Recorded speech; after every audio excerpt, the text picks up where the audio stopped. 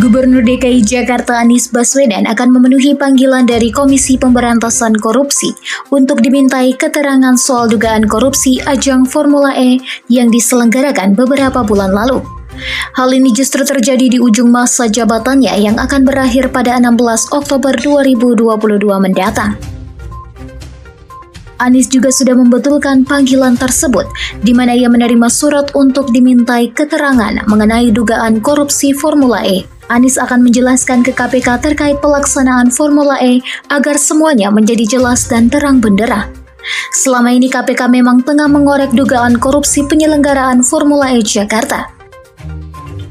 Sudah banyak yang dipanggil untuk dimintai keterangan, di antaranya para wakil rakyat di Kebon Sirih, seperti Ketua DPRD DKI Jakarta, Prasetyo Edy Marsudi, dan Wakil Ketua Komisi E DPRD DKI Jakarta dari fraksi Partai Solidaritas Indonesia dan Anggara Wicitra Sastromejoyo.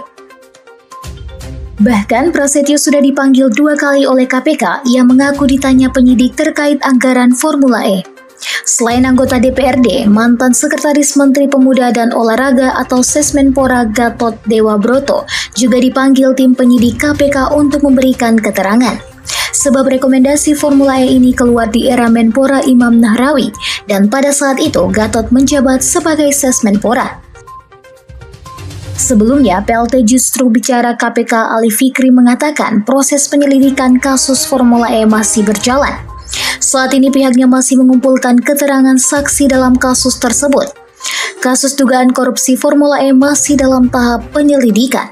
Belum ada yang ditetapkan sebagai tersangka, namun KPK mengklaim sudah mengantongi sejumlah alat bukti yang akan dianalisis untuk menentukan ada tidaknya tindak pidana korupsi.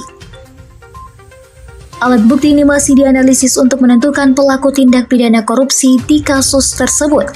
Pemerintah Provinsi DKI Jakarta juga sudah menjelaskan bahwa komitmen fee sebesar itu digunakan Formula E selama 3 musim yang tersisa dalam kontrak perjanjian, yakni 2022, 2023, dan 2024. Setelahnya, Pemprov DKI menjamin tidak akan menggunakan APBD lagi, namun dengan skema B2B atau business to business. Kembali mencuatnya kasus Formula E di akhir masa jabatan Anies dikhawatirkan bakal memberi dampak secara politik, yaitu elektabilitasnya bisa tergerus.